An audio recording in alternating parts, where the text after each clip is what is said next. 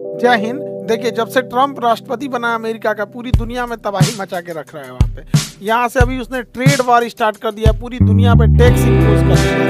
इस टैक्स का उसने चाइना को ध्यान में रखते हुए पूरी दुनिया पे रेसिप्रोकल टैक्स लगाया और एक साथ अमेरिका पूरी दुनिया से दुश्मन हो गया। ये चाइना और रशिया के लिए बहुत अच्छा हो गया, लेकिन ट्रम्प के बरबोलेपन की वजह से दुनिया को बदलना पड़ रहा है।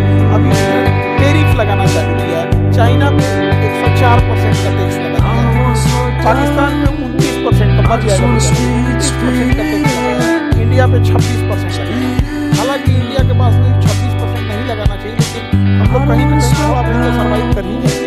अब बांग्लादेश पे 37% लगाया है और बांग्लादेश आजकल ज्यादा उड़ रहा है। मोहम्मद यूनुस बुढ़ऊ तुम्हारा दिन खराब आने वाला है, समझाते हैं।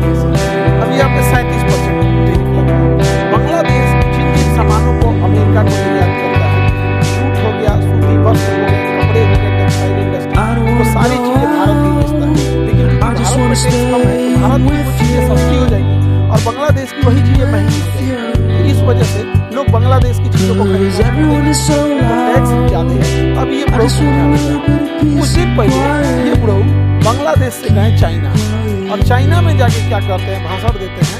ये चाइना से कहते हैं कि इंडिया का 7 सिस्टर है, इनको ये 7 सिस्टर को अगर समुद्र चाहिए तो केवल और केवल बांग्लादेश है, और बांग्लादेश इनको गाइड करता है। इसलिए आप आइए हिंद महासागर में इन्वेस्ट कीजिए ताकि आप इंडिया को इस तरह से काउंटर कर सकें। ये बात बोलाई यहाँ पर, जबकि समझिए इस इंसान को कितना आसान फर्क है।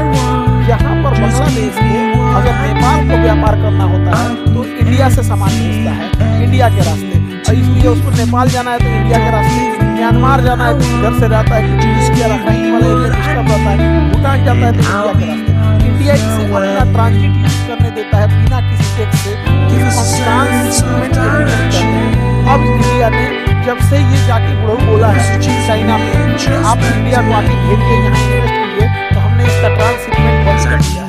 अब आपको आना है इधर से तो आप भी टैक्स दीजिए और नेपाल ले जाइए, भूटान ले जाइए, म्यांमार ले जाइए। अब इनको अकल दिखाने लगी है। इसका कहना है कि इंडिया यहाँ पे समुंदर के रास्ते नहीं जा सकता और ये बहुत पतला है चिकन नेक। अब चिकन नेक हमारी भी कमजोरी है। चिकन नेक यह पतला सा रास्ता है, यह छोटा सा 22 किलोमीटर वाला ये पतला सा रास्ता जो है, इसी के माध्यम से हमारा ये 7 सिस्टर जुड़ा हुआ है।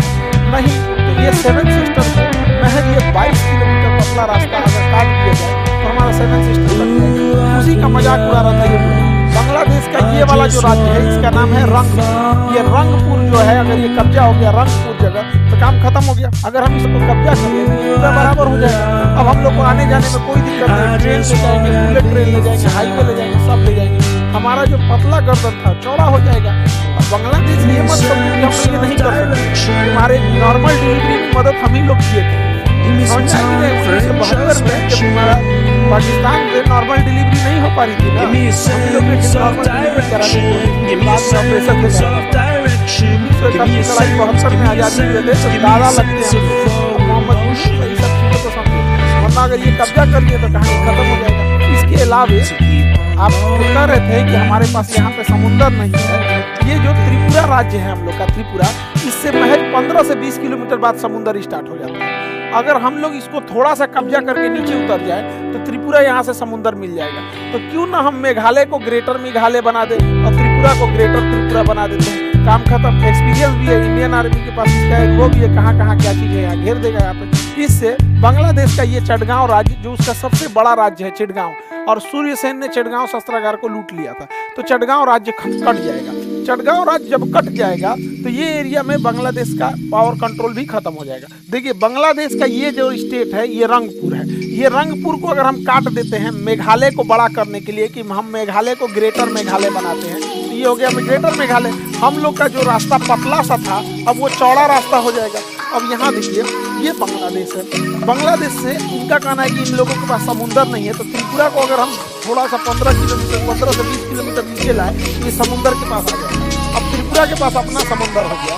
जब त्रिपुरा के पास अपना समुंदर हो गया तो हम लोग का टेंशन खत्म।